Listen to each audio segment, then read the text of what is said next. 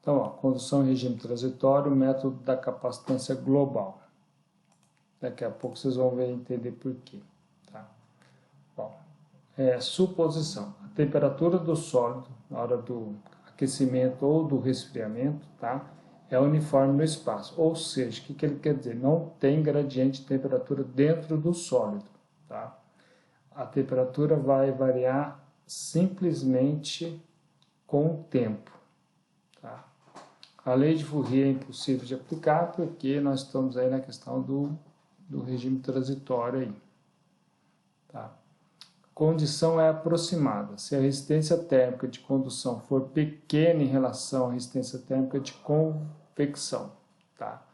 E essa condição aqui que agora depois a gente vai começar a tratar. Tá? Vai verificar a partir de agora. Lembram lá no escoamento, regime laminar ou turbulento, tinha que calcular o número de Reynolds, tá? Por exemplo, dentro do tubo, se o Reynolds fosse menor que 2.300, era laminar. Se o número de Reynolds fosse maior que 2.300, ele era turbulento. Aqui, essa condição aqui, essa aqui embaixo do último parágrafo aqui, ela é verificada pelo número de Biot. Daqui a pouco eu vou falar um pouquinho mais sobre ele, tá? Definir melhor, a gente vai definir melhor. Mas basicamente é praticamente isso. Bom, e aí a condição de regime transitório acontece o quê? Vamos supor que no tempo igual a zero, tá? Todo sólido está numa temperatura TI, né? Que é a chamada temperatura inicial do sólido. Vamos supor que ele vai ser mergulhado no fluido, no meio, em que a temperatura desse fluido, né, seja água, óleo, ar, qualquer um deles aí, é menor que a temperatura inicial. Tá? Quando se faz, acontece também quando se faz resfriamento de alguns materiais para obter determinadas propriedades mecânicas aí, tá? Ou de superfície. Então, o que acontece, né? Essa temperatura vai variar com o tempo, conforme o tempo vai passando. Bom? Bom, e aí nós vamos aplicar a equação da energia, ok? Aquela básica lá, a energia que entra, né? A taxa de energia que entra menos a taxa de energia que sai, mais a taxa de energia gerada é igual à taxa de energia acumulada. Bom, não tem nenhuma taxa de energia entrando e não tem nenhuma taxa de energia gerada. Então, as duas são iguais a zero. Então, a taxa de energia que sai, né, o valor negativo dela, é igual à taxa de energia acumulada. Okay? A taxa de energia que sai, tá, vai ser a taxa de transferência de calor por convecção. Tá? Ó, vou voltar aqui. Se nós pegarmos aqui a superfície, tá, desse sólido aqui, então a taxa de transferência de calor que sai daqui para o fluido, da superfície para o fluido, é uma taxa de transferência de calor. Tá? E aí o que vai acontecer com esse sólido? Vai ter uma variação da energia dele, tá? Que é essa energia acumulada aí.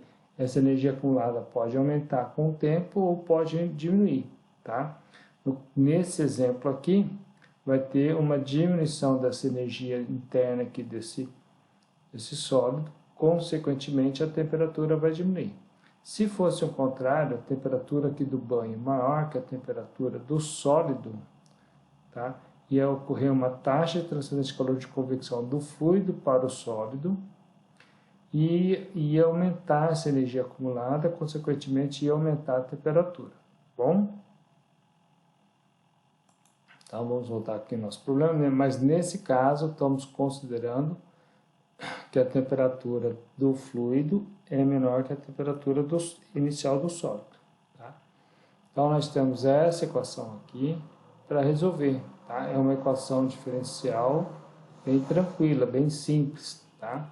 Nós vamos isolar as variáveis para poder resolver. Essa energia acumulada, tá?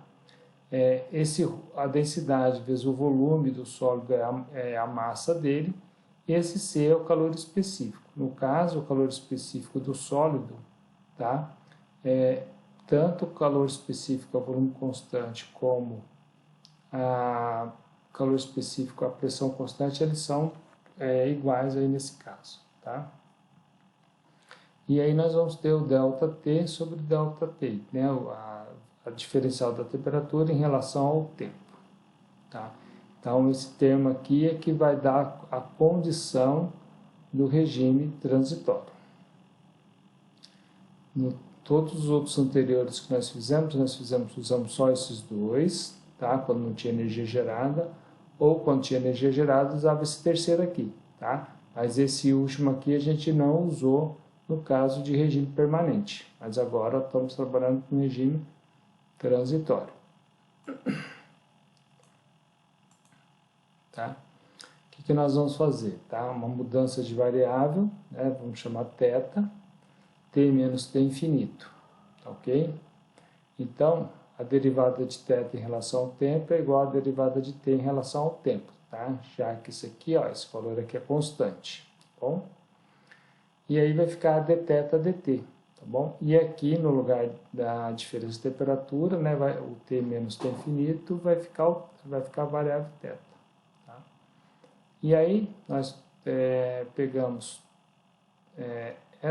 o ρVC, passamos esse HC vezes a área da superfície aqui dividindo, tem esse dθ sobre θ é igual a menos diferencial de t, tá? Só rearranjo aqui da equação. Bom, e aí a gente vai integrar, tá? Esse aqui é tudo que a gente vai considerar constante.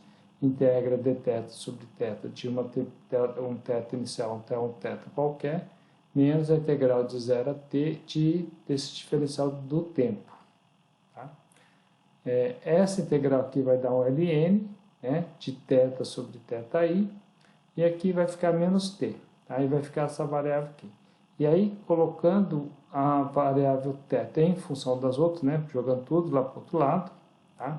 Vai ficar θ sobre θi, é exponencial, tá? Esse ESP aqui é aquele número de exponencial, aquele Euler, número de Euler, menos, tá? H, o coeficiente de convecção, vezes a área superficial do sólido, sobre a densidade, sobre o volume do sólido, sobre o calor específico do sólido, tá?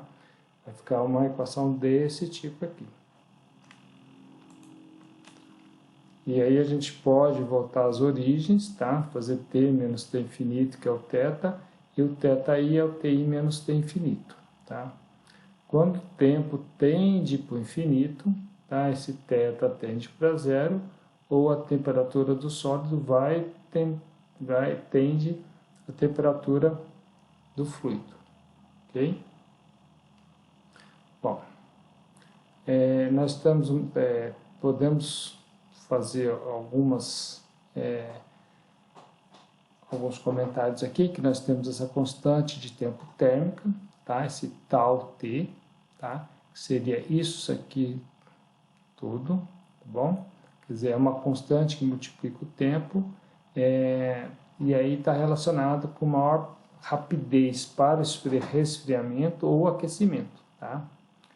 Que vai ser igual a esse RT vezes esse CT aqui. Bom, então, ó, resistência à transferência de calor por convecção é 1 sobre HC vezes AC, tá? E a capacitância térmica global é esse ρ vezes V vezes C, tá? Então, nós temos aqui a equação da temperatura, tá? Em função dessa constante térmica aqui, tá bom? Que vai embaixo no denominador. E aí nós temos o gráfico, tá? Da constante térmica, essa aqui 0,01, esse outro gráfico 0,05, 0,1, 0,2, tá? Conforme essa constante térmica vai aumentando, o resfriamento é mais rápido, ou se fosse o inverso, o aquecimento seria mais rápido, tá bom? Mas isso depende de algumas propriedades aí do sólido e do coeficiente de convecção, né, do coeficiente convectivo. Tá? Bom, a taxa de transferência de calor por convecção é essa aqui, não muda, tá? É o HC vezes a área superficial vezes a diferença de temperatura, tá bom? E aí nós temos a energia total transferida, Q, maiúsculo, do tempo t igual a zero até um determinado tempo qualquer. Tá? Então, esse Q maiúsculo é a integral de 0 a t de Q dt. Tá? E aí nós vamos pegar a equação de convecção e vamos substituir esse t menos o t infinito aqui. Tá?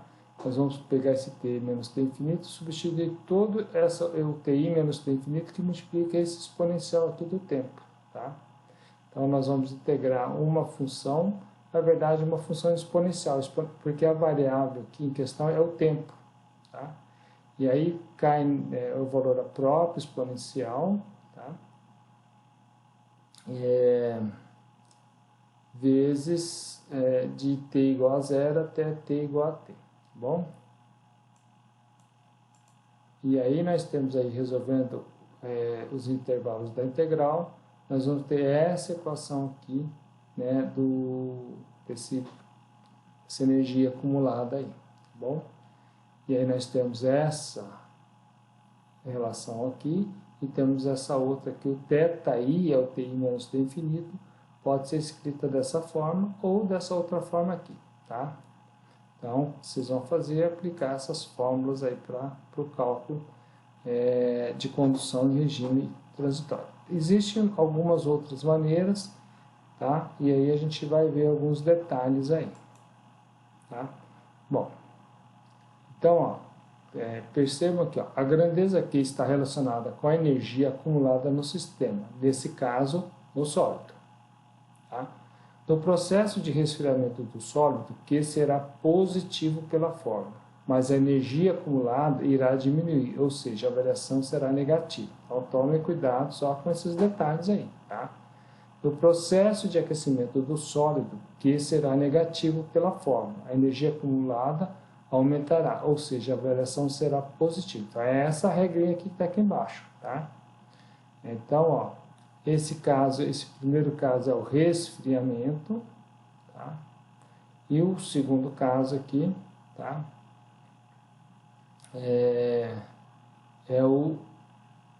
Ou melhor, né? Esse Q aqui é negativo, tá? Esse aqui é o caso, falei o contrário, né? Esse caso aqui esse aqui é o resfriamento, que vai ser positivo, mas esse aqui é negativo, esse aqui é o aquecimento, tá? O Q é negativo, mas a variação de energia acumulada é positiva, tá? Então, lembre-se que tem que inverter o sinal, ok? Quando for calcular a variação da energia acumulada, tá? É só essa pequena diferença. Bom, vamos ver essa questão da validade do método da capacitância global, ok? Vamos analisar a transferência de calor por condução em uma placa plana, tá? Então, tem uma temperatura T1 aqui, uma temperatura T2, tá?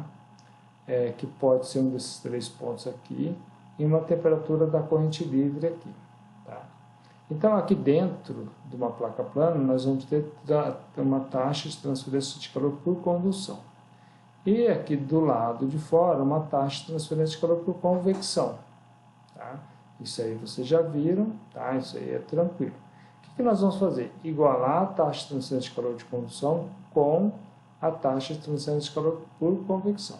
E, ó, nesses exercícios de regime transitório, nós não estamos levando em consideração a taxa de transferência de calor por radiação, tá? Não que ela não exista, tá? Ela até existe, mas o objetivo principal aqui é ver como que é o comportamento da taxa de transferência de calor por condução, ok? Bom, então, ó, a taxa de transferência de calor por condução é igual à taxa de transferência de calor por convecção. E aí a gente vai pegar essa equação aqui, ó, T1 menos T2, vai passar o T2 menos T infinito aqui para dividir, e vai ficar essa expressão aqui, ó, L sobre Ka, 1 sobre HCA. E aí nós temos em cima uma resistência térmica por condução. E embaixo nós temos uma resistência térmica por convecção. Só que percebam que quando a gente acerta essa equação, tira esses denominadores aqui, vai ficar HC vezes L sobre K. Tá? L é a espessura da parede onde ocorre a transferência de calor. Tá? Então, e aí nós temos uma grandeza adimensional que é chamado de número de Biot. Tá? O número de Biot vai avaliar se nós podemos usar o método da capacitância global ou não. Tá? Então, ele mede a resistência térmica à condução sobre a resistência térmica por convecção. Tá? Quando esse Biot é muito... Bom, deixa eu só voltar aqui nas figuras, já vou comentar. Tá? Então, ó, perceba que nós estamos aqui, tem 3 situações. Quando o número de Biot é muito pequeno, tá? Quando o número de Biot é igual a 1 e quando o número de Biot é muito maior que 1. Quando a gente fala de resistência térmica, a taxa de transferência de calor é o inverso. Tá? Vou voltar aqui para onde está aqui a definição. Tá? Então, ó, perceba isso. Ó. Relaciona a resistência, o número de Biot relaciona a resistência térmica de condução, tá? Com a resistência térmica de convecção. Tá? Então, apesar de estar aqui o termo de convecção e aqui de condução, a definição original vem daqui. Por isso que é resistência térmica de condução sobre resistência térmica de convecção. Em outras palavras, né, para ficar mais fácil, relaciona a taxa de transferência de calor por convecção, tá, com a taxa de transferência de calor por condução. Tá? Se nós temos uma resistência térmica aqui, esse Biot muito pequeno, significa que o numerador é pequeno em relação ao denominador. Tá? Então, nós aí vamos ter uma taxa de transferência de calor por convecção muito baixa e uma taxa de transferência de calor por condução alta, tá? Quando esse Biot é baixo, que é esse caso aqui, ó. Ou seja, quando essa diferença de temperatura T1 e T2 é muito baixa, tá? O que acontece? O perfil de temperatura aqui na placa, ele é praticamente uniforme, ou seja, a placa tem praticamente uma temperatura só. Mas se esse Biot vai aumentando, tá? Então tem uma diferença de temperatura muito grande entre o início da placa e o final da placa. E aí a gente não pode trabalhar com o método da capacitância global. Nós temos que usar um outro método para poder trabalhar nessas outras situações. Então o método da capacitância global é só quando o Biot é muito menor que 1. Tá? Mas vocês vão ver o quanto que é esse muito menor que 1. Tá? Então, o que é importante vocês entenderem que esse número de Biot relaciona a resistência térmica de condução sobre a resistência térmica de convecção. Tá? Que analisa a taxa de transferência de calor por convecção sobre a taxa de transferência de calor por condução. Então, ó, número de Biot, tá? O Biot, HC vezes L sobre K, que é muito menor que 1. Tá? A taxa de transferência de calor por convecção é muito menor do que a taxa de transferência de calor por condução, portanto, quase não há variação de temperatura em uma parede plana. O perfil de temperatura na parede é quase paralelo ao eixo X, e a temperatura depende praticamente só do tempo. Então, é nessa situação que nós vamos usar o método da capacitância global, tá bom? Neste outro caso, que o Biot é igual a 1, tá? As resistências térmicas são iguais e a taxa de transferência de calor por convecção é igual à taxa de transferência de calor por condução. E já existe um gradiente de temperatura nessa parede plana, ou seja, olha aqui, ó, há variação de temperatura em uma parede plana, tá? E, consequentemente, vai existir um perfil de temperatura na parede, tá? Sendo que, neste caso, a temperatura vai depender do tempo e da posição. Então, lembra que no método da capacitância global, a temperatura não depende da posição. Tá? Então, agora, ó, BO muito maior que 1. Tá? Então, aí a transferência de calor por convecção é muito maior do que a transferência de calor por condução. Há uma maior variação de temperatura em uma parede plana e existe um perfil de temperatura na parede mais acentuado, sendo que a temperatura depende do tempo e da posição. Tá? Bom,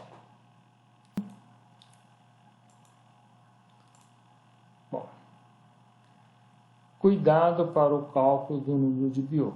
Tá? Então, ó, o método da capacitância global pode ser usado quando o número de BO for menor que 0,1. Então, essa é a condição limite. Tá? Porque o método da capacitância global ele é fácil de calcular, ele é simples. Tá? Então, ó, pois é uma técnica simples para o cálculo da transferência de calor em função do tempo quando há transferência de calor por convecção. Este método supõe que a distribuição de temperatura no interior do sólido seja uniforme. E aí, ó, nós temos um comprimento característico, tá? Que é o volume do sólido pela área superficial do sólido.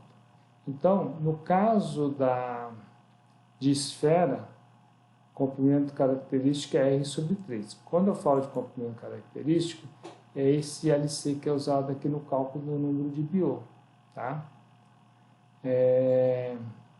Para o caso de um cilindro longo, é o raio dividido por 2. Se vocês pegarem o volume dividido pela área superficial, vai cair nessas situações aqui.